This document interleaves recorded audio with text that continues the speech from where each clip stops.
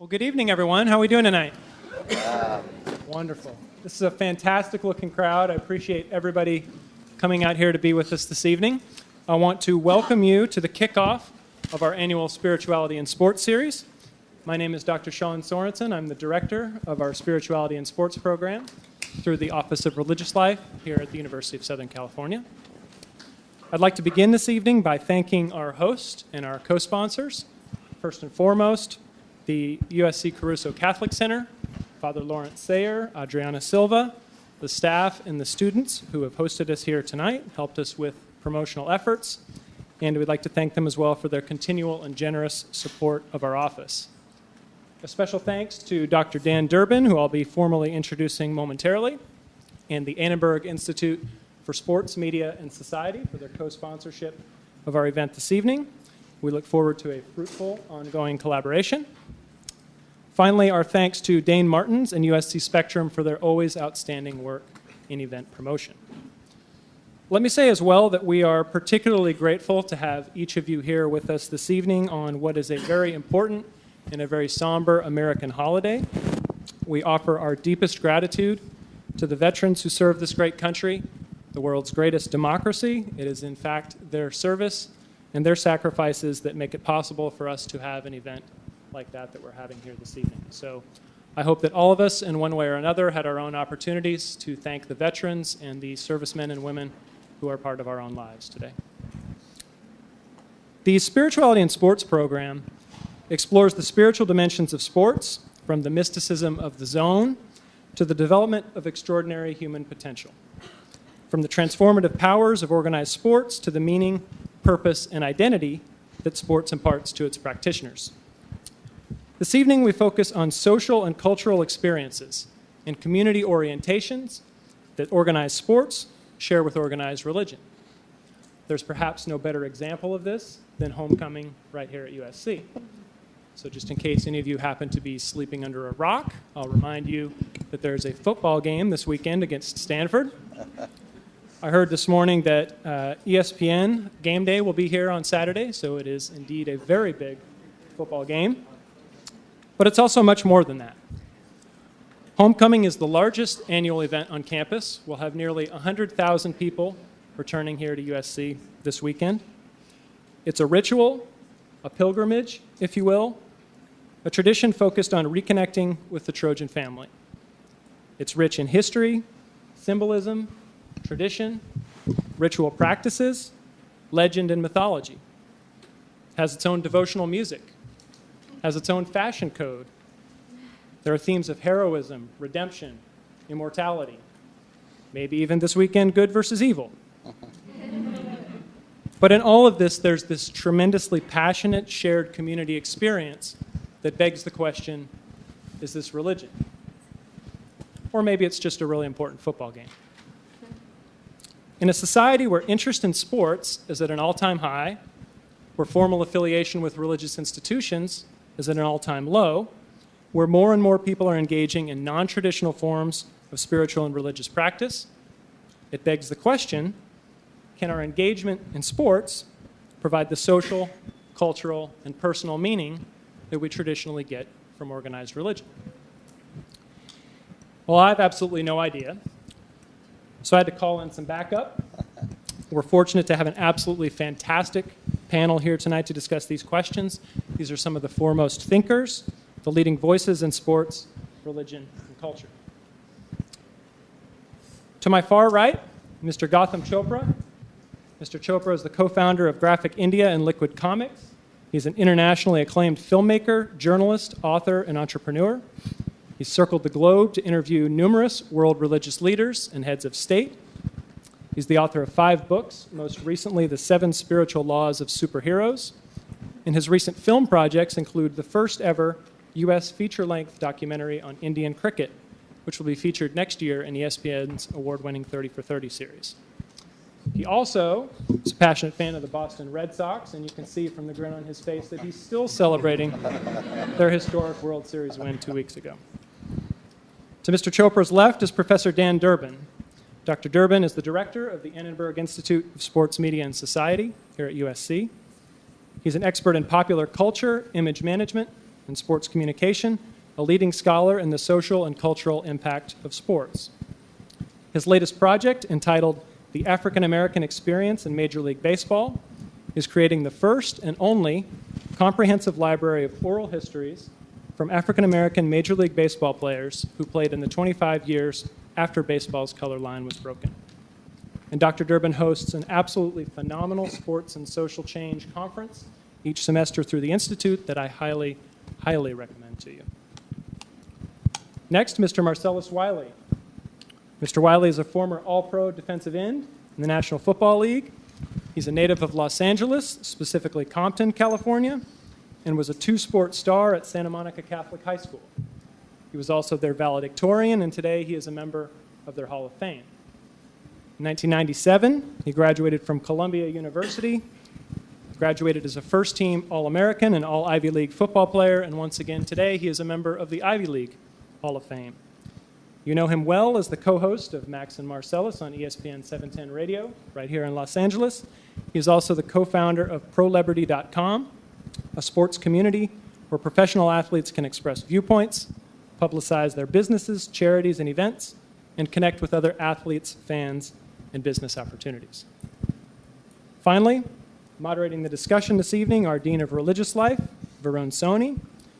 Dean Soni has just about every degree you can possibly have in religious studies, a bachelor's, 2 master's degrees, a doctorate, and a law degree, just for icing on the cake. He's a prolific writer, speaker, and public intellectual. If you've been around here long enough, you'll know he also happens to be a close personal friend of about half the world's religious leaders. You may not know that he's also a great sports fan. He's in fact one of 3 longtime devoted fans of the Los Angeles Clippers. This is our year. Several years ago, he wrote a wonderful piece entitled How the LA Clippers Made Me a Better Hindu. His new book, Natural Mystics, The Prophetic Lives of Bob Marley and Nusrat Fateh Ali Khan, comes out later this year. Dean Soni is a profoundly enlightened human being. He's a wonderful mentor. He's a person who's usually standing here doing these introductions and doesn't get his own credit. So I want to take this opportunity to express how very much we are fortunate to have him here tonight. A quick note on format. Dean Soni is going to lead a discussion with our panelists for about 30 minutes. And following that time, we'd like to engage all of you in the discussion with the question and answer period. So this very microphone that I'm speaking into will be placed at the front.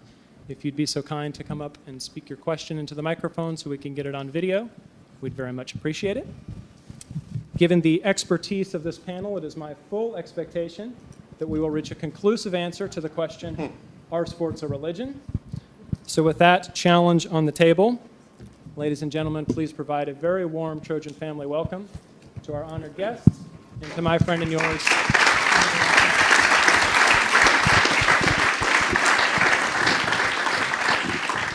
Thank you, everyone. And please join me in thanking Sean Sorenson, who really produced this event and made it all possible. It really wouldn't have happened without him. And before we begin, I'd be remiss if I didn't say that I know I speak for our entire university community when I say that our hearts and our prayers are really with the people of the Philippines. You know, it's been an incredibly tragic week for them. The biggest typhoon in recorded history hit the islands this weekend, 2 million displaced, 10,000 feared dead. So let's all make sure that we keep the people in our thoughts and in our prayers, do what we can, especially poignant to think about the tragedy here at the Catholic Center, given that the Philippines is the 3rd largest Catholic country in the world. So perhaps on our way out, we could offer prayers.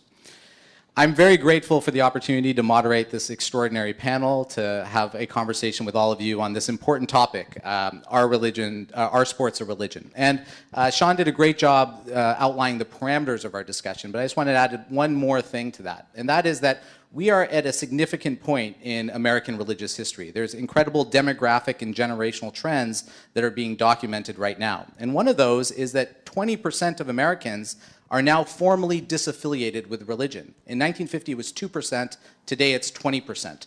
Amongst your generation, those who are under 30, I call you the post-Thriller generation because you're born after Thriller, right? Amongst those under 30, it's closer to 40% are not formally affiliated with any religious tradition.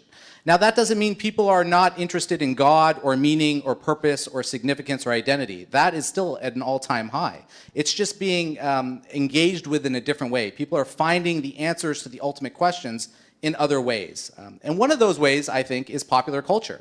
Popular culture, like religion, is a language whereby we create meaning and purpose out of symbols and myths and ideologies. And you can see that all around popular culture. There's a church to Elvis Presley, for example. There's a church to John Coltrane, right? But I think we see this most in sports, and especially on a global level. So the question that I really want to explore today is, are organized sports displacing organized religion? And can we find the same type of ultimate answers that we find in religion through the prism of sports? So I'm really excited to have this conversation, and we're going to keep it informal and conversational. And I want to start with a question to my friend and brother from another mother, Gotham Chopra. Gotham, you are the son of Deepak Chopra. You were born into sort of spiritual lineage, aristocracy of sorts. You grew up with the most significant religious leaders of our time. You were introduced to spiritual contemplative practices at a very early age. You've had all the books, all the practices, all the exposure to religion in the United States, and yet you self-identify as a member of the religion of sports. Why? Okay, well, that's first I want to just also thank you for having me, Sean. Thanks for putting this together. The last time I think Marcellus and I were together, we were like on that side, because I am also class of '97, Columbia. And Marcellus was basically our sports program. You guys have homecoming, we had Marcellus. And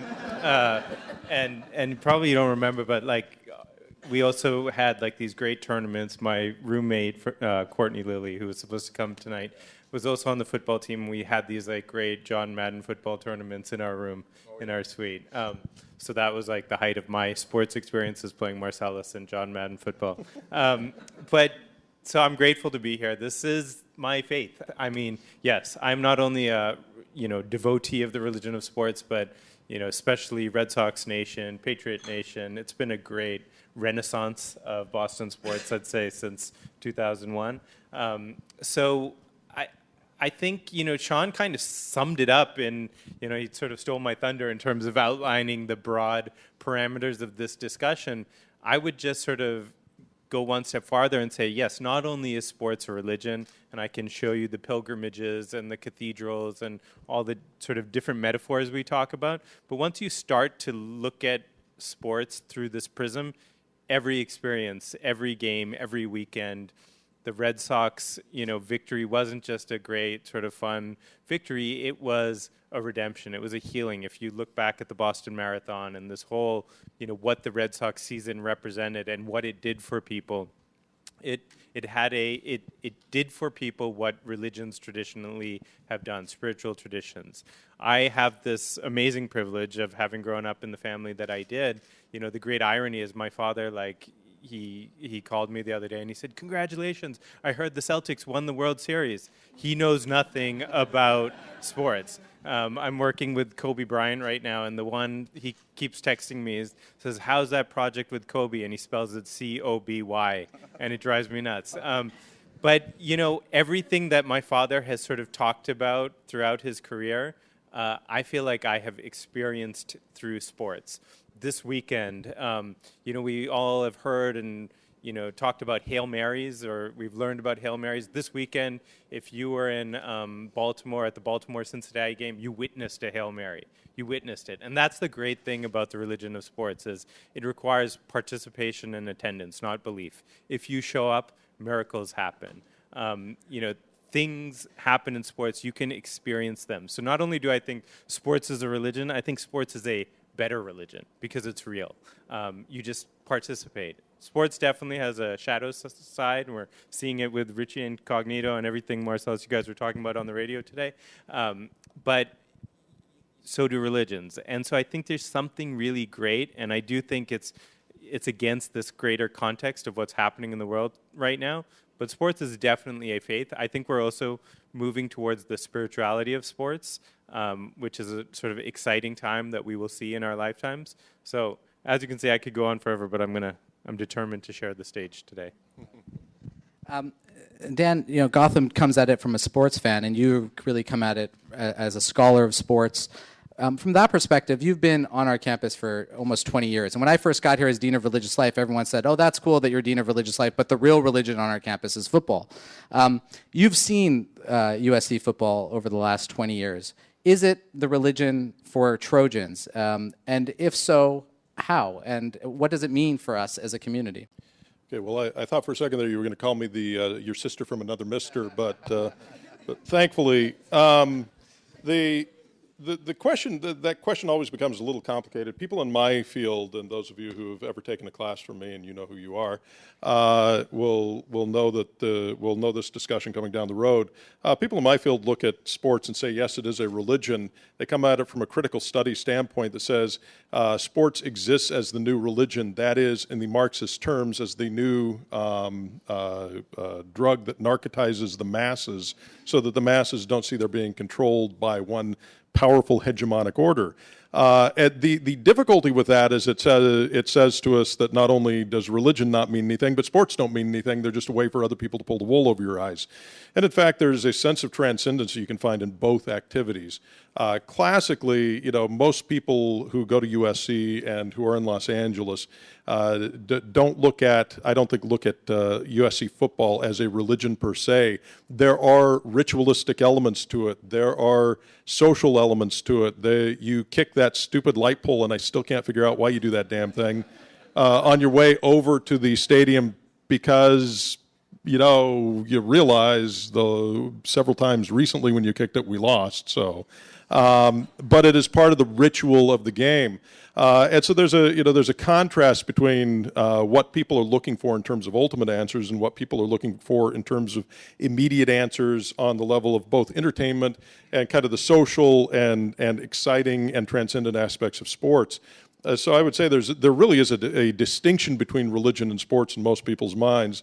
And as I was saying over dinner with Gotham tonight and Dean Soni, that for most people, when you're laying in bed in the dark of the night, looking up at that clear white ceiling because nobody's ever figured out a way to do anything better with it, and you're wondering if when the cold fingers of death wrap around you and take you on your eternal journey. I don't think of Kobe Bryant particularly, and most people don't look to sports as an answer to the final questions of life, but we look to it as an answer to some immediate questions. But I think that the way in which sports and religion work together and are in many respects very parallel is as community. USC has a community of USC Trojan football. And it is like a religious community in that we gather together and fellowship with one another over a mutually held set of beliefs. But those beliefs are in the value of this football team for our corporate experience, much as the beliefs in a religious tradition are the value of the religious beliefs or the transcendent truths of the religious beliefs that people hold that tie them to a tradition that may go back, certainly most of which go back a lot longer than Trojan football at USC goes. So there's a really powerful sense in which shared community is really I think the core identifying point between sports and religion in many respects. If that makes any sense. And I mostly avoided answering your question, I'm sure. Marcellus, I want to ask you a question from the perspective of an athlete and shift a little from the religion of sports to the spirituality of sports. A lot of athletes talk about being in the zone, talk about that place where it's mind over matter, where your body can be pushed to extraordinary limits, almost liken it to being in a mystical state or a spiritual experience. From an athlete's perspective, what's that like? What is the zone? What is that mindset? What does that mean? And is that a spiritual state?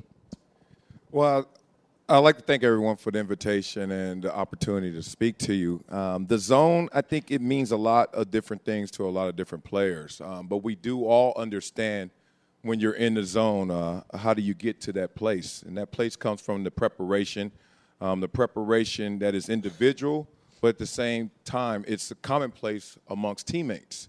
So that preparation kind of gets you to a place where everything is based on instinct and everything's a learned behavior. The practice reps, the 10,000 hours, whatever way you want to actually term that, once you get beyond that point, and then you kind of get into a place where you are now in connection with your best potential. Now, that potential, as we know in religion, this could be an ambiguous term. It could be something that you can't necessarily objectify. You can't put a measurable to it. But you know it when you feel it. You know it when you see it. Even the Lord is taking witness right now with the bells. As I'm speaking of this zone. I'm in the zone. The zone, it's an amazing experience. The several times I can tell you that I felt like I was in that zone when nothing could go wrong. God is on your side, whatever that may be. It's a place where you are absent of thought. As much as you're absent of thought, you're totally aware of everything going on around you, and everything becomes in movement at the speed of milliseconds. Like, I guess the best example that I've witnessed is if you ever see a wide receiver and when they have to catch the ball when they're going out of bounds and they still get the 2 feet in. And sometimes this is such an aerial assault, and the aerodynamics of that play to the common viewer is like, wow, how did that guy drag his feet in bounds? But to that guy who's now in that zone in that moment without thought, it becomes instinct. It becomes learned behavior. And that guy in the middle of the air can catch a ball, see where he is in the placement on the field, realize he's being defended in that same moment, but still have the trained behaviors to put his feet down. And all of these things are happening to a guy who runs a 4.443. So it happens that fast. But just like an expensive camera, you know, one of those Minoltas or something, and the shutter speed, the more trained you are as an athlete, the shutter speed changes. And all of a sudden, when it takes you to run 2 steps and you're like 1, 2, wow. To an athlete, those micro movements are measured. And there's like 1,000 movements in those 2 steps. The zone becomes when those micro movements are now being assessed, but not necessarily paid to an attention. It's a very unique place that I don't think a lot of guys get to that place with a large quantity, but at the same time, when you get there, you're in full awareness that you are in there. Gotham, sports is obviously a global phenomenon, and this summer you shot in India for 30 for 30 on Indian cricket, especially the 2011 World Cup. India is arguably the most religious country in the world. It's the birthplace of Hinduism and Buddhism, Jainism and Sikhism. It has every major faith tradition represented, but yet cricket means something more for the 1.2 billion people who live there. It's a sacred art in some ways. What did you learn about cricket and what it means in terms of its religious significance to Indians? And I promise I'm going to answer your question, but I can't help but like listening to, Marcellus, and it's like everything he describes, that is the transcendent experience. It's the absence of space and time. It is the simultaneity of action and the absence of action. You don't think through those movements in those split seconds. It's like the transcendent experience. It's something that comes. It's like a martial art. Martial arts or prayer or meditation. It's a ritual. It's a practice, and you put your 10,000 hours in, and then you predispose yourself to that transcendent experience, which happens in the normal world. But it's the same thing. It's the 10,000 hours of practice in a gym, not on the stage, not on the field, but then it sort of happens on the field. And so again, like the parallel is, it's more than a metaphor, it's the same thing. So I just, again, get turned on by hearing all that stuff. But, to answer your question about India, yeah, India is the most religiously diverse place on planet Earth. There are more spiritual traditions, wisdom traditions, faiths practiced in India than in any other place on the globe. What unites all the faiths of India, is cricket. Cricket is the one true faith, people will tell you, in India. And even in, where Muslims and Hindus and India and Pakistan are in these endless feuds, there are ceasefires when India and Pakistan play cricket. And literally, you can see up on the line of control where, the border which they dispute, they have a ceasefire, and then they have they chant towards each other. And it's like when Manchester United plays Manchester City, you see the same things in these games between these two sides. And you have these heroes. We were talking about at dinner, India, one of our analysts told us, India is a pre-ironic culture. When you go to a movie in the rural parts of India and if the villain, this has happened literally, if the villain wins at the end of the movie, the people burn down the theater because they can't distinguish between, what happens on the screen and who the people are in real life. And you actually see this in sports. There's this athlete that we profiled, Sachin Tendulkar, who most of you probably haven't heard of, but he is probably, arguably, the greatest athlete in the world because he has over 1 billion disciples. He's the guy who's played 22 years and pretty much set every record in the sport of cricket. And he has a divinity about him because when he literally can't walk on the street in India, but there is a sort of belief in him, which we see in this culture amongst athletes, but I think it's different in the United States. We were talking over dinner about Tim Tebow or SEC football, and there's certain cultures in which you see this phenomenon. But in India, such a massive country with so much diversity, you actually see it at a sense of scale that I think is pretty much unlike any other part of the planet. It's one of the really cool things. I didn't really know that much about cricket before I went and did this, but I came back a believer in it, and it's really powerful. And I'm excited to be able to share that because I think, when you get beyond just all the technical aspects, and there's a lot of technical aspects to cricket, you start to just appreciate it again as almost like this spiritual practice. And it's something that I think will be interesting for Western audiences to see. Dan, over the last 10 years, the sports landscape has dramatically changed because of technology. Fans can have a more intimate relationship with athletes through fantasy sports or through social media. High definition means that you don't even have to go to the stadiums anymore, much to the dismay of many owners. And there's a hyper-analysis of everything that happens. Sports are being documented in a way that have never happened before.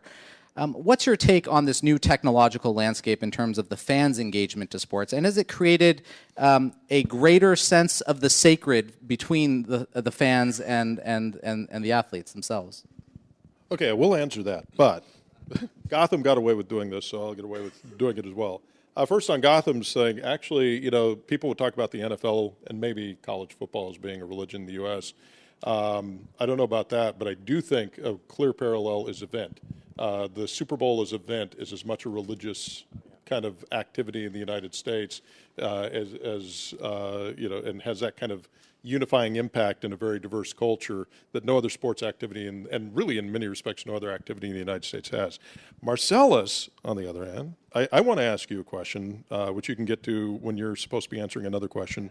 Do you ever feel in the zone when you're performing on the radio now? You get to the end of a segment and you look at Max and you go, crap, we were on. We were freaking brilliant. And you have elevated a performance to a kind of transcendence. And I bring that up because there are other forms of performance other than sports. And very often I once had a voice, believe it or not, before I destroyed it teaching. And when I used to sing on stage, there were moments where you knew you had connected with the audience and everything had gone out to a form of transcendence. It came from the skills that you had, the work that you'd done for years, developing this and developing this particular type of performance.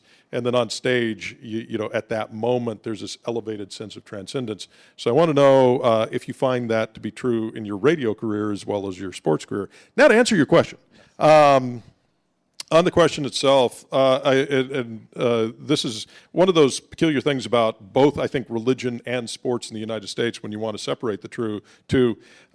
Dean Soni talked about religions being less, having a less direct impact. People are not going to church or synagogue or temple nearly as much as they used to 30, 40, and especially 50, 60 years ago in the United States, when a huge proportion of the population would show up at a religious activity, or as many of you may or may not know, in 1963, the largest audience ever to fill the LA Memorial Coliseum for a Billy Graham crusade.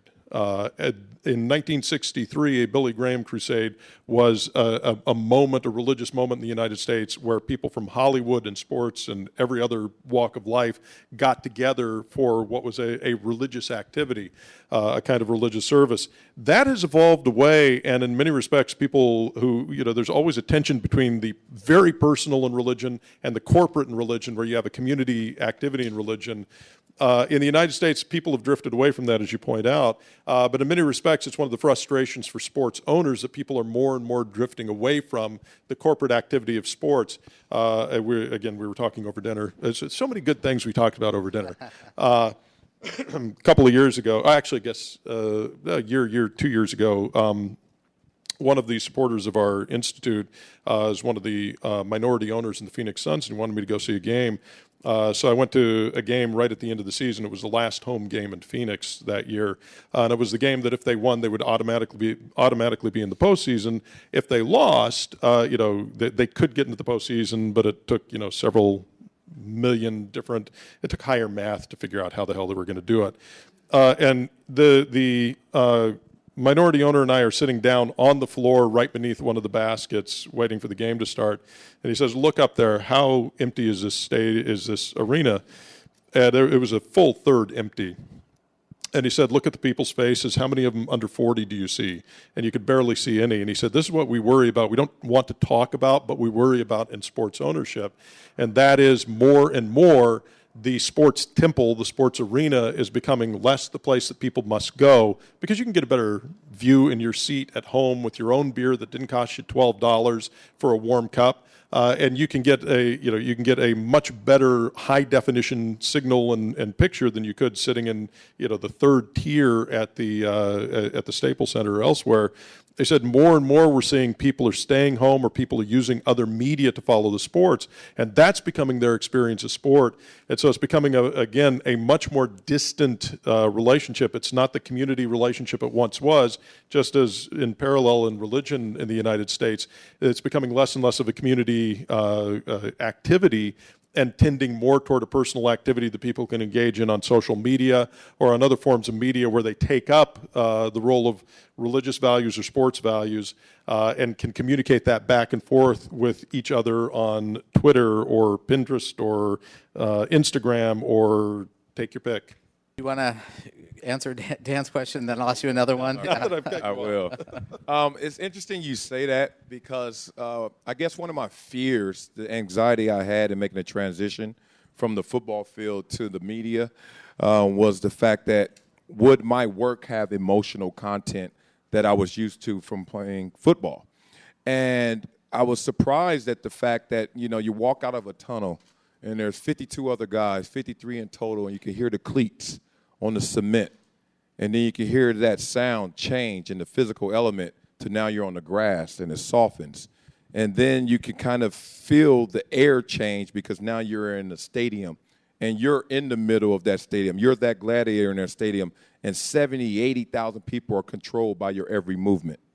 And when you have that as a week in, week out experience, and I had that from the age 7 all the way to age 32, then you make a transition. You say, okay, now I'm in the studio, whether it's my TV show and there's a camera and there's 7 cameramen and a co-host, or it's the radio show where there's just 2 microphones and another guy, Max Kellerman. And you say, will I ever have that emotional ride that I had before? And to my surprise, I actually do. Obviously, it's without the physical contact, in which, my body definitely appreciates in this moment. Yeah, he's lucky. But the amazing thing about it is, I guess we're all kind of built up off of these expectations that start off with our own dreams. And these expectations that are self-expectations and expectations from others. And they kind of build up this mountain of thought that now has to be paramount to everything else that's going around you. Because that's your guide. Your expectations are your guide. And then we try to map reality onto that same guide.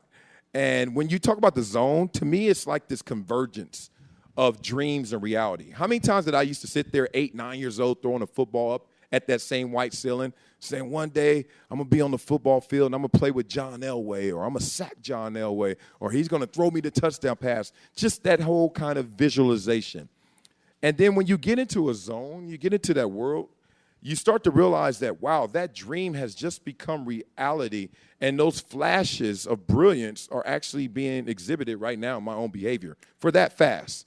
And so when I get into the media, when I actually uplift the conversation, or I actually had a dream of saying something that would have a reaction from others, and you get that same reaction, all of a sudden you realize that the emotional content in that course is pretty parallel to what you had in the football world, just without the contact. Religion provides a framework, a moral and ethical framework for us to engage in the world. I want to explore this with you in the context of football. Many of us love football because we love the purity of the game, but we're also troubled by the casualties. You've done an amazing job transitioning from your career as a professional athlete to a professional broadcaster, but many of your NFL colleagues haven't made the transition as smoothly. They struggle with bankruptcy or drug addiction or divorce or homelessness. They suffer from concussions and PTSD and other types of trauma. So how do we reconcile this morally or ethically as a fan who loves to support the game but is concerned with the impact upon the players? Tremendous question, a question that it becomes one of the hot button issues in the locker room. And through my interactions, because I had a unique path to the NFL, obviously going to an Ivy League school, there weren't many big brothers in the NFL, no fraternity in the NFL that was Ivy League associated. So I kind of walked in there blindly. And that was an amazing experience. You know, there were pros and cons to that experience. I think one of the pros was the fact that I was able to come in with a fresher mindset, a fan mindset of being on the opposite end of the spectrum of those felt entitled to be in the NFL. You go through the yellow brick road to the NFL, which includes USC as one of those bricks, the Florida States of the world. Those kids get to the NFL, and there's a certain level of what do you owe me, because I've been paying my dues to this point. And I remember realizing that the key issue for most guys in the NFL locker room is the fact that they don't have an identity. They're told that they're something, but that's not who they really are. But they actually bought what was being sold to them. And I was thankful as all outdoors that I never bought into that I was a football player. I was told early that, and this is something my grandmother did, an exercise at the age of 7, and I recommend this everywhere I speak to the people to do this. My grandmother, one day, I was having, I don't know, some kind of dilemma or question about school. I don't know. I'm 7 years old. I don't know what I could have been. Transformers or G.I. Joe, like one of those kind of arguments. But she sat me down, and I remember like yesterday, she said, I want you to write down on this piece of paper your name. I want you to write down this piece of paper 3 things that you are. And I said, all right. So I wrote down my name, Marcellus Vernon Wiley. Don't laugh at Vernon. So I wrote that down. And then I said, okay. She said, what are you? And I said, I'm smart. And I was like, she was like, why are you smart? And I said, because I got second in the spelling bee. And I was like, all right, I felt pretty good. And then she said, okay, what else? I said, athletic. And she was like, why are you athletic? I said, because I could beat everybody in my grade and everybody in the 3rd grade and some of the guys in the 4th grade. She was like, oh, all right, you're pretty fast, you're athletic. And then she said, what else? I said, and this was the struggle. I said, nice. And she's like, why are you nice? I was like, because I haven't had a fight yet, Grandma. No one at school wants to fight me. She was like, all right. You're Marcellus Vernon Wiley. You're smart, you're athletic, and you're nice. She says, I want you to keep this piece of paper. And forever, when someone says anything on this piece of paper, they call you by anything on this piece of paper, you listen to them. And when they don't, you don't listen to them. Now, part of my bio is that I'm from Compton, California. So let me just tell you that the things I heard growing up, that I was soft, that I was a nerd, that I was a punk, that I wasn't cool because I didn't want to hang around the guys who wanted to do the cool things, which were the bad things. And I remember time and time again, my grandmother would remind me, look at that piece of paper, because I'll come home sometime teary-eyed, got bullied at times, and she's like, did they say anything on that piece of paper? I said, no. She said, don't listen to them and keep on. I learned in the NFL experience that those guys didn't have that same core identity of who they were. They just thought that they were now a part of this mechanism that was playing a sport. That is a means to an end, and a lot of guys don't understand that. as Coach will always say, don't say hello when it's time to say goodbye. Too many guys in the NFL, when it's time to retire, all of a sudden they want to reach out. All of a sudden they want to have a plan. All of a sudden they want to know what's next. You got to know what's next before you even do now. Gotham, in our society, celebrity has been elevated almost to the point of divinity. And when celebrities walk on this earth, it's almost like they're gods walking on the earth. And you've seen this really up close and personal. Your best friend growing up was Michael Jackson, probably the most famous person in the world when you knew him. And now you hang out with Kobe Bryant and Tom Brady and all sorts of other, people who are considered gods in what they do. With your firsthand experience of this kind of celebrity culture, walking around with the mythology of these gods, what have you learned or seen about how we sort of build celebrity up and then tear it down, the god versus the fallen god? Sure.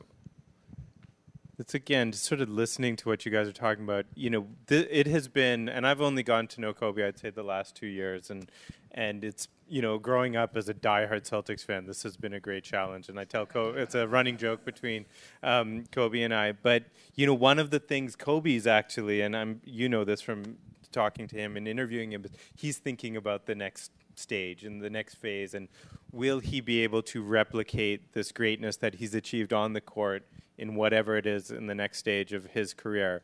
And this idea of the zone. One of your fellow alumni, Jake Block, here is working with me.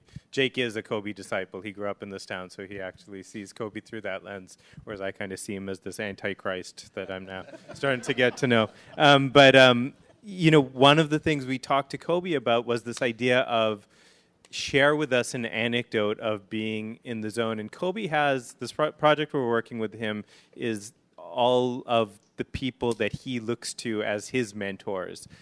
His muses, he calls them. And some of them are basketball players. They're Magic Johnson. They're Michael Jordan. There are a lot of, people that he looked to and he tried to replicate his game. But some of them are, they're Michael Jackson. He talks about Picasso and Beethoven. So we've been really picking his brain on how do you relate to Beethoven? And he told us this amazing story about, I asked him, I'm like, give me a game in which you were in the zone, and please don't give me a Celtics game 7 where you won the finals or something like that. So instead he gave us was it game 6 of the 2009 Western Conference Finals, where he said he was really frustrated in the first half. And then he remembered from his childhood that he used to listen to Beethoven's Fifth, and he used to let it sort of calm him. And he started humming it to himself in the locker room. Then he came out, and in the second half, he scored 32 points or whatever it was. And he sort of channeled the sort of brilliance of Beethoven through him. And so he connected with him at a artistic, creative level. We have learned, if you talk to Kobe about Picasso, I'm not sure how deep it goes really in terms of his intellectual understanding of Picasso, but at a creative level, he really does understand Picasso. He can look at a painting and connect with it almost at an emotional level that is really brilliant because he's almost experienced it. So now, back to answering your question, what I have seen, and Michael Jackson's probably, the worst case of this, which is we have a tradition in this country, but really in the world, to sort of build our idols up, to put them on a pedestal, and then we almost enjoy sort of kicking them off of the pedestal. Kobe's been through this, and by the way, a lot of it is very sort of self-actualized. But we also love the idea. We call it a comeback story. In religious faiths, we call it redemption. So this phenomenon of fallen gods exists in sports. We've seen it in the last year with Lance Armstrong, with Joe Paterno. We've seen it here at this school with Reggie Bush. I think there is an amazing sort of analogy, again, between this idea of the religion of sports and traditional religions. We invest a lot, and it's so much not about who these people are, but about what we aspire towards. We aspire to the greatness that we see in these athletes. I think some of them, like Marcellus, are incredibly self-aware, and they have this ability to sort of articulate. A lot of them don't. They have these experiences, but they don't really know how to communicate it. And I think that's also, again, creates some of the schism when they don't meet our expectations because they can't, really articulate it. But so much of the fallen god phenomenon is really our frustration with them. It's as, quote, believers, as fans, or whatever you want to call us, when they don't live up to our expectations. And you know, Michael really, you know, it becomes something very torturous, and Michael, it tortured him to death, his inability to sort of connect at an emotional level and meet the expectations of his fans. It can lead to some very dark consequences, and that certainly was, you know, the case with him, and you see it with athletes, unfortunately. Marcellus, I want to ask you a follow-up question. Charles Barkley famously said once, "I'm not a role model." Are professional athletes role models? Is that part of the social contract? Is it unfair for us to look to them for ethical or moral guidance, or is that something that they should assume when they decide to become professional athletes? Another age-old discussion I've had with countless peers about this subject matter. I think the fine print of becoming a professional athlete, because of your premise, because of your opportunity, obviously is going to make you be a person that is going to lead others. That happens within a team, and that happens within a community, and that just now has been globalized because of how athletics has taken over this world's beliefs and psyches, as we're discussing here. The issue I have with making an athlete a role model is one that I'm already now trying to merge my identity with someone else that I really don't know, other than in the one slice of their participation in a sport. Now, if I'm going to look at someone and want to know positive attributes, I understand that. I can do that in a lot of sectors of life, whether it could be technology and you could find inspiration there. It could be someone who's a participant in sports. But the problem with an athlete, and I guess I know this better than anyone because I know how the human element of that same great combatant is flawed. I know my disappointments when I came into the locker room and realized that my idol on my poster is a human being. And a lot of people don't get that realization moment when you're like, wow, Bruce Smith can do no wrong. And then you're around Bruce Smith and he does wrong. And you're like, whoa, okay, he is a person before he puts on a helmet and becomes a player. I think that gets lost a lot of times because I watch it now as I'm living through the cycle, and I go back to high school games. I go to Pop Warner games, and I see that parent who was pushing their kids blindly into the sport and participating to the point where they're forgetting about other elements that is going to help mold their child into a well-functional human being, not just a great tight end. And I'm watching people now get mesmerized by the results of your participation and not necessarily the ethics that come with just being a participant. It gets lost a lot, and it's sad to see because one of the craziest experiences, real quick, that I went through is when I went to the Oakland Coliseum in the Black Hole. But I went as an analyst, as a fan, and I didn't want the VIP access pass. I didn't want the sideline pass. I didn't even want them to make any special notice that I was going. I just wanted to sit there in the Black Hole. And I remember my drive up to Oakland Coliseum, and I'm sitting there in traffic with everyone. I'm like, all right, you asked for it. Now here you are, stuck in traffic with everybody. And I remember this guy just pulling up, and any kids in here? What's the youngest age? We still at a church. Okay, so I got to paraphrase what this guy said. So he pulls up to me, and he's stuck in traffic. I'm stuck in traffic. You guys ever been in, like, amusement park line? You're like, dang, for 2 hours, I'm going to see the same person inch by inch until we get on this ride. And it becomes uncomfortable after, like, the 100th time you've seen him. So we're here in this car doing this. And finally, he just looks over at me, and I'm like, I hope he doesn't get a good stare. And he's like, hey, Wiley. And I'm like, oh, here we go. And so I look at him. He's like, he starts just cursing me out. And he's like, what are you doing here? And then I'm like, oh, man, I'm just going to check out the game. Then he's like, cool, man, I hope you guys do all right. You know, and I'm like, whoa, the Jekyll and Hyde of that moment. That moment started what was continuing to be the domino effect all the way through that stadium to that Black Hole. I got cursed out everywhere I went. And at the same time, I got pats on my back. Cursed out, can we take a picture? Cursed out, can we take a picture? And that experience kind of lets me know, like, this dichotomy that exists when you talk about, should he be a role model? Or is this actually a flawed human being who is just excelling in one lane of their life? One more question, and then we'll open it up to questions and answers, and I'll ask this to Dan. Dan, if it is the case that sports are a religion, then journalists in some ways are the new commentators of the tradition. They're the ones who are writing the stories, creating the new texts, the new scriptures. And in some ways, journalists mythologize or create hagiographies of athletes. At the same time, they're also critical of them. For the aspiring journalists in the room, what advice do you have in terms of reconciling these two extremes? Well, one thing to Marcellus, I'll tell you my Oakland Raiders story when we're far away from the church. As an 8-year-old, and the language the 8-year-old used of me, you wouldn't believe. I didn't even know those words existed. In terms of journalists, now there are several different groups of people who create the story of sports. And classically, it used to be journalists. Now it's cross-media journalists, people who are creating the story, not purely in journalistic form, but in all the ways that we talk and re-talk about sports, like Marcellus here and like Gotham, who create in their own way they create a form of narrative about the sport. You talk about what's going on or what has gone on in the sport. You create characters of Max and Marcellus, which are characters. I mean, they have elements of you in them, but they're characters on the radio. And those characters play out the kind of banter that in theory is supposed to go back and forth between sports fans when they're sitting in a bar yelling back and forth about the sport, except you're supposed to be smarter than the people in the bar because you're not drinking. And so there is that kind of narrative that is created here. There's the narrative of a much more, in many respects, formal narrative of making a film or making a documentary where it's a complete and coherent story where you get to tell the story all the way to the end.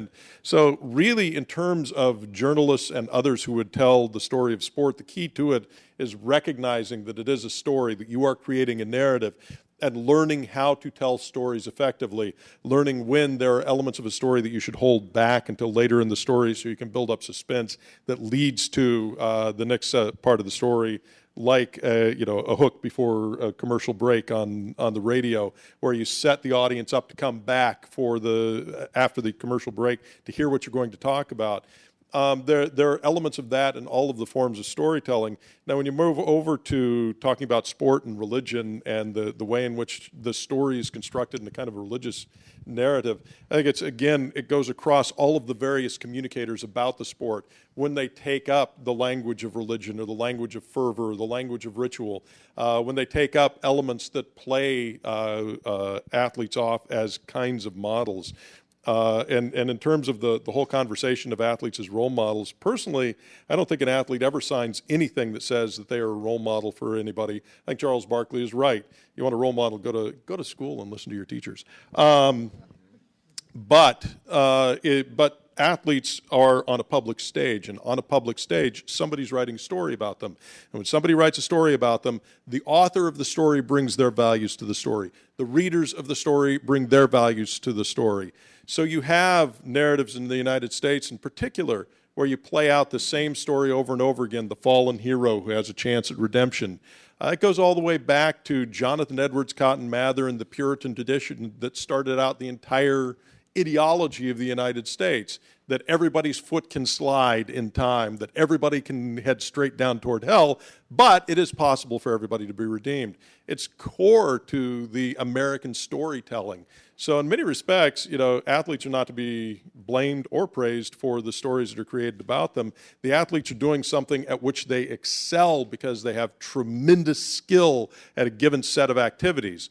It's the storytellers, the journalists, the sports talk radio people, the documentarians, the academics, and everybody else who tells and retells these stories, who infuse the narratives with values and create the kind of religion that exists around sports in the United States.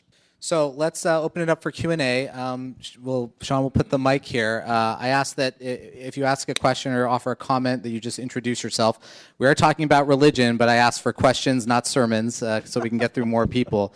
And who wants to ask our first question this evening? I'm Kira. I was just wondering if you guys thought that sports would have kind of a greater chance of being a religion if there weren't so many options and so many different sports that are competing for our attention in America. I feel like in India, cricket's the sport, and America has so many other sports competing for our attention. Good question. Well, I think we were talking over dinner. It's keep referencing to the sacred dinner conversation. But, we were talking about, like, there's rising cults, right? There's MMA and UFC, which is a relatively, I called it the Mormonism of the religion of sports. No, you called it the Jehovah's I Witness. did call it Jehovah's Witness, but then I was thinking about it more.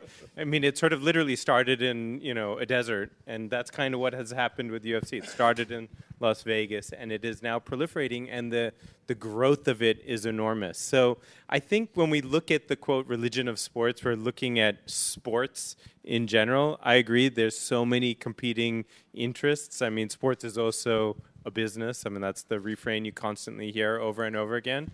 In India, it is, but it's now what's interesting is you're seeing in India, you're seeing all the sports leagues moving over there, trying to sort of get a piece of that market. When I was there, I had dinner with the commissioner of the NBA, David Stern, who happened to be in India at the same time. They're trying to penetrate that marketplace because of the incredible potential. They're launching a American football league in India, which is like the most absurd thing ever. Someone needs to make like a Adam Sandler movie about that.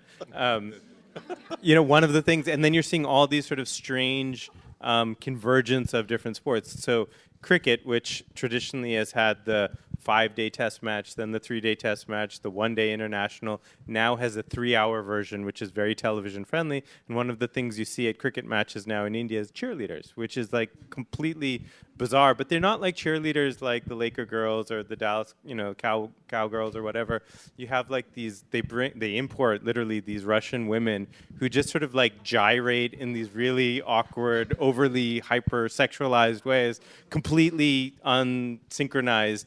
And you have like kids, like cheering, like nobody gets it other than you're sort of seeing the strange convergence of faiths, I guess, in some ways. So again, to answer your question, I mean, I think the general trend is growing. It starts to sort of take on different forms. We're talking about fantasy sports and how that has now been another sort of evolution of the tree of the religion of sports. So I think it just sort of winds its way and finds different ways of expressing itself. But I think in general, you're seeing the church spread. I think also, to bring up something we talked about before, the United States, is known for its diversity of religious faiths. It's also known in that sense for its diversity of religious sports. But talking about the things that unify people in religion in the United States, classically, it was holidays, events like Christmas. And Christmas became such an important and signature holiday in the United States that began to be divested of its religious beliefs and became a commercial enterprise. And in every respect, you have specific events. It used to be the World Series, which has faded tremendously, except for people in Boston when the Red Sox win. But then that's just them and their little temple at Fenway. But in sports in the United States, we have this great diversity of sports, but everybody still gathers for Super Bowl Sunday, and Super Bowl week is the week out of the year at which more groceries are sold than any other week during the year, except the week before Thanksgiving. And if you think about it, Thanksgiving is also defined by football now. So there's this lead up to these big holiday moments or event moments that are tied to food and sports and celebration, much like religious holidays. At least a small handful of religious holidays have always held a powerful place in American culture. Yeah, real quick, I think that diversity actually can help propel the power of sports as a religion. Going back to the examples of when you think about focus, I think a lot of people make the mistake of thinking focus is there is one dot on this wall and I'm looking at it and that's my focus. But focus, as we learn in sports, is there's a million dots on that wall. But I need you to know which dot is most important and to prioritize that. And I think that's the juggling act that actually can propel sports because of the diversity in America, because there are those options. It almost makes you have your own rooting interest for one. And then to now go out there and show that rooting interest in the competitive nature with your friends and my team, my sport. I'm a football player, and I love track and field and tennis. Max Kellerman, my co-host, is a baseball enthusiast who loves boxing. So naturally, we're always pitted against each other, no matter what the story is, because we're always trying to cheerlead for our sport to be the dominant one. That's good. Yes. I'm Carolyn Conley, and I'd like for Deepak to answer Deepak Jr., a.k.a. Gotham, but yeah. You mentioned Kobe and his connection with Beethoven and getting into the actual, I guess you would call it, their abilities matching. Can you explain how that happens, or do you know? I'd like. I mean, I can probably help explain it at a sort of theoretical level. I mean, I think Marcellus kind of talked about it a little bit when he was talking about that experience of being an athlete. But I think it is the in the zone sort of moment. You know, one thing I can say from personal experience, having been friends with Michael Jackson and now sort of becoming friendly with Kobe, is when you hear them talk about certain experiences, be it on, you know, when Michael talked about like that performance, the 25th anniversary at the Motown, what it felt like to be on that stage. And then when you hear Kobe talk about Game 6 or whatever, and you hear this a lot, which is these are people who are more comfortable on stage or in that stadium in front of 70,000 people than they are in a forum like this or even at a dinner conversation. They have the experience of something timeless on that stage. They sort of become one with their art form. And so in that way, it's very similar. And, you know, one of the things that's amazing working with Kobe, because you sort of network with all these interesting people, you start to talk to different artists, whether it's a, you know, Dr. Dre or it's a great painter or even a great entrepreneur who then becomes sort of one with their technology. You know, they connect with it at this almost spiritual level, and that is a very similar description, at least. And I can say, sort of in my own experience, certainly not in sports, but you know, as somebody who's been meditating probably since I was 5 years old because of my father, is like I've had that experience in meditation, or even as an amateur athlete, right? If you go out, anybody who's a runner and has experienced the runner's high, that is a form. I liken that. The same experience I've had as a runner's high is the same experience I've had, you know, meditating or martial arts or something like that. It is a spiritual experience. Other questions, comments, observations? Yes. Thanks, Sheila. Hi, I'm Sheila.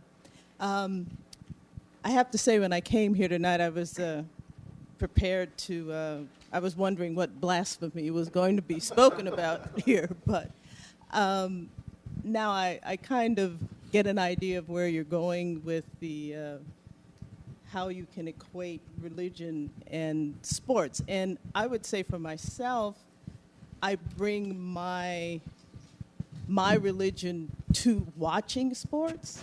I think that athletes, the best of the best, I think they're touched by God. I think that they have something that's almost superhuman.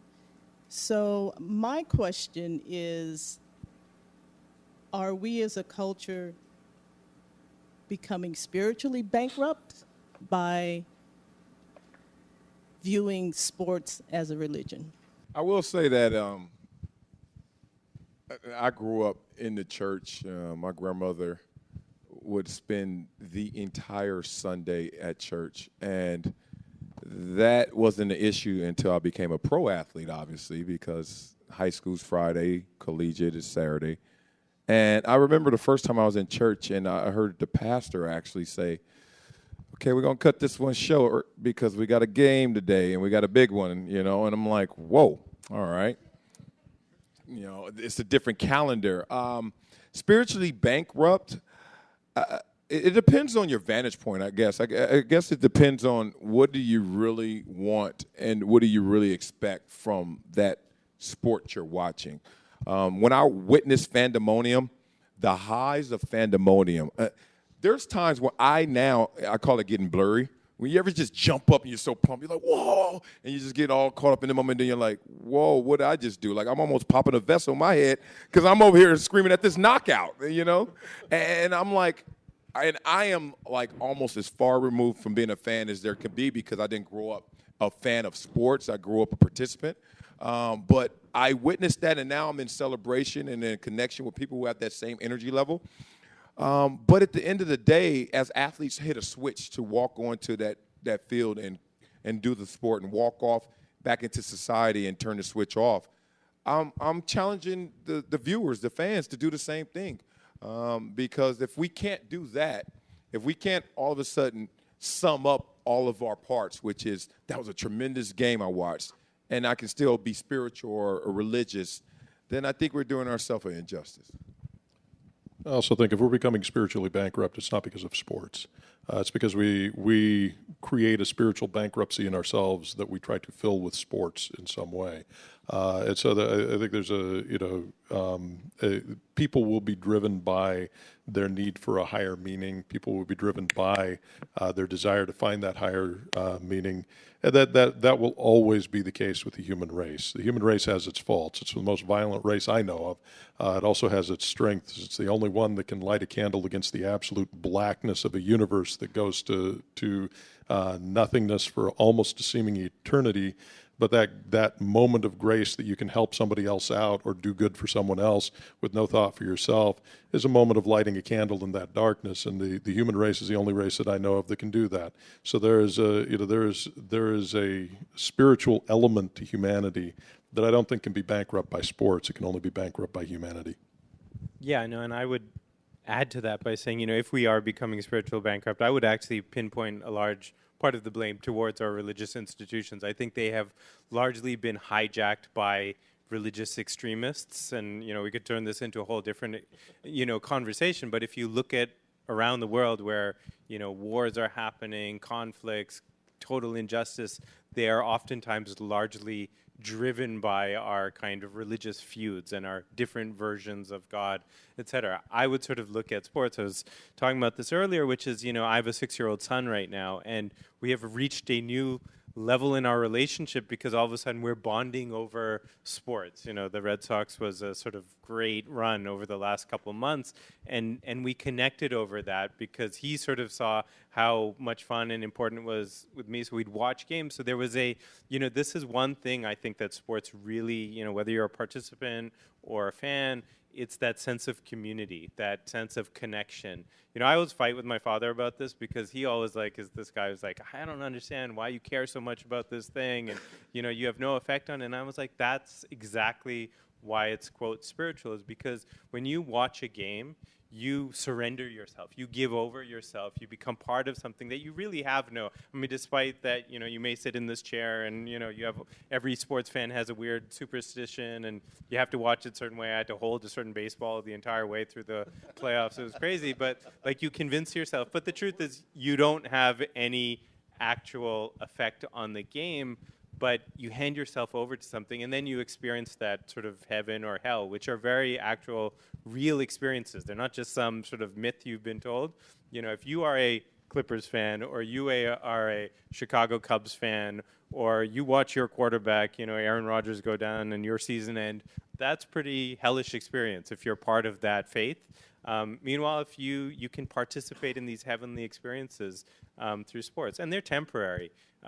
But I think these connections that we form with each other, there was an article that Varun actually sent me recently, and you can probably talk about it better than I can, but compare, the Catholic Church is having a huge problem with AYSO soccer because more people, I think like Marcellus was talking about, are, they're seeing an attrition in the church services because all the families are going to soccer, but what people are getting, what parents are getting, they're getting a sense of connection with their children that the church used to supply, they're getting it at soccer.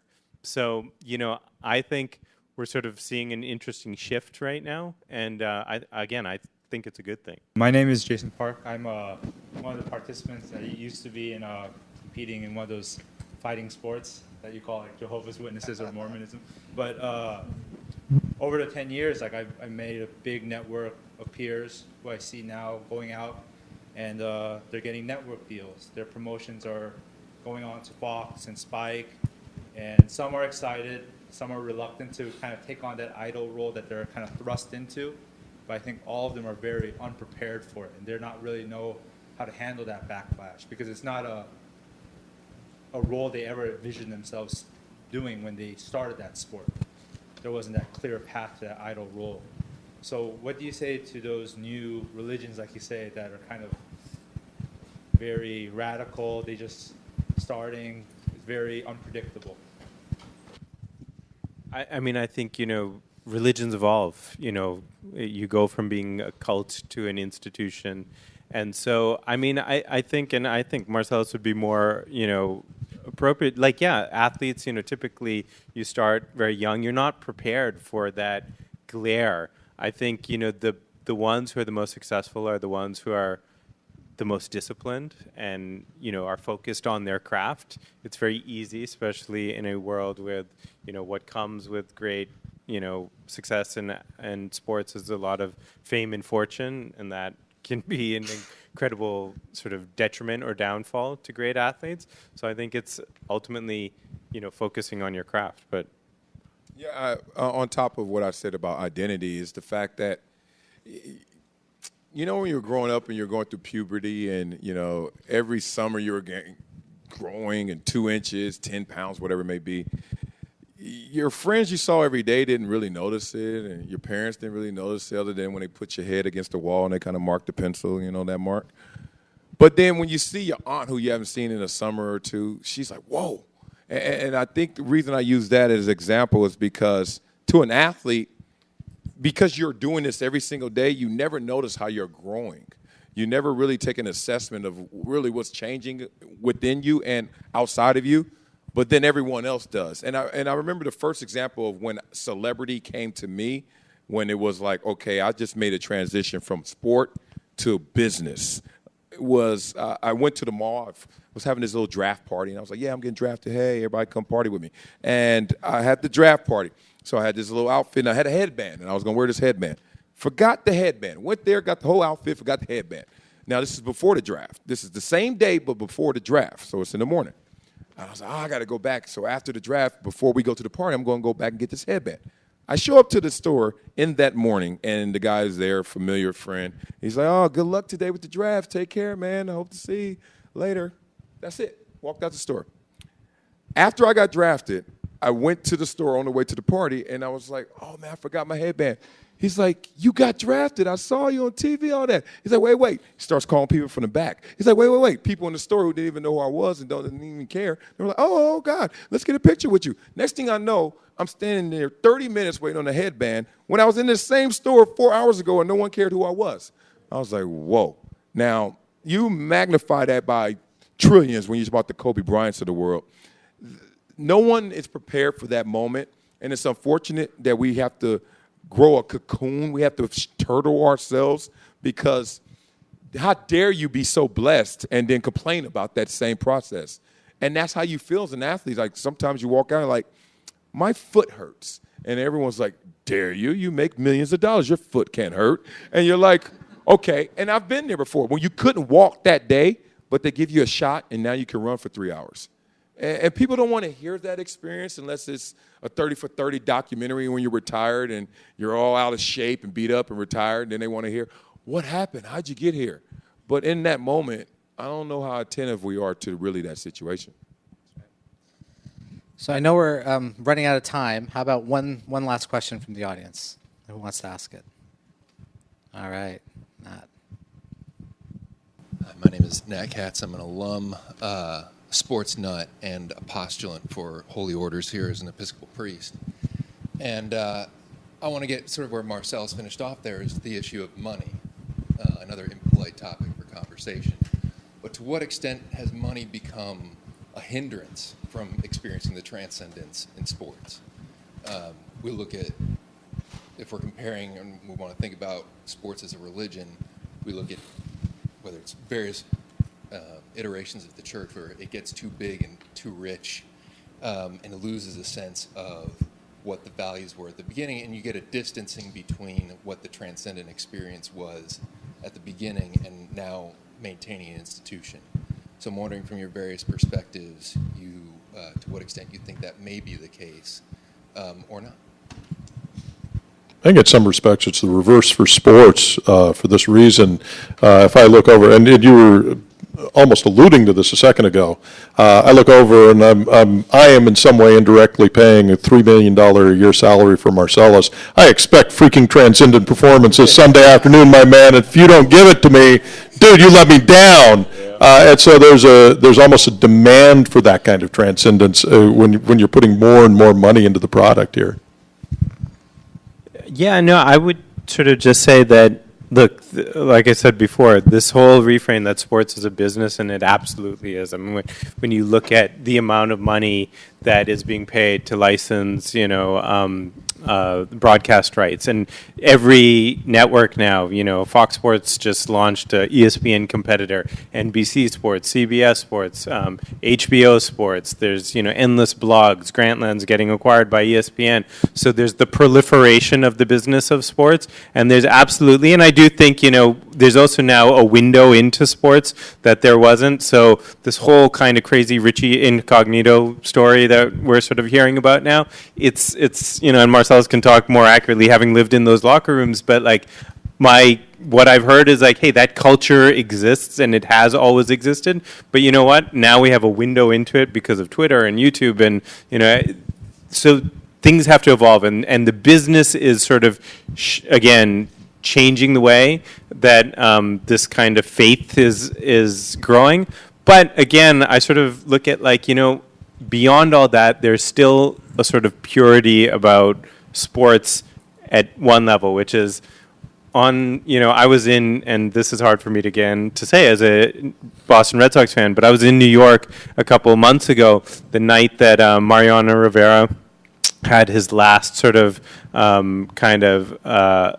game at Yankee Stadium, and that was a spiritual moment for that 55,000 people who attended that game, and the sort of emotional moment when Derek Jeter and Andy Pettitte came, sort of took the ball from him, and there was happiness and there was sadness and everything. It was a special moment. There was something very pure about the experience that all of those people participated in, and so I think there's still something really great and pure and spiritual, for lack of a better description, about sports, even amidst the sort of business which is driven by it. It's probably one of the biggest businesses in this industries in this country, in the world. Yeah, to add to that, and that was a spiritual moment. I mean, say what you want.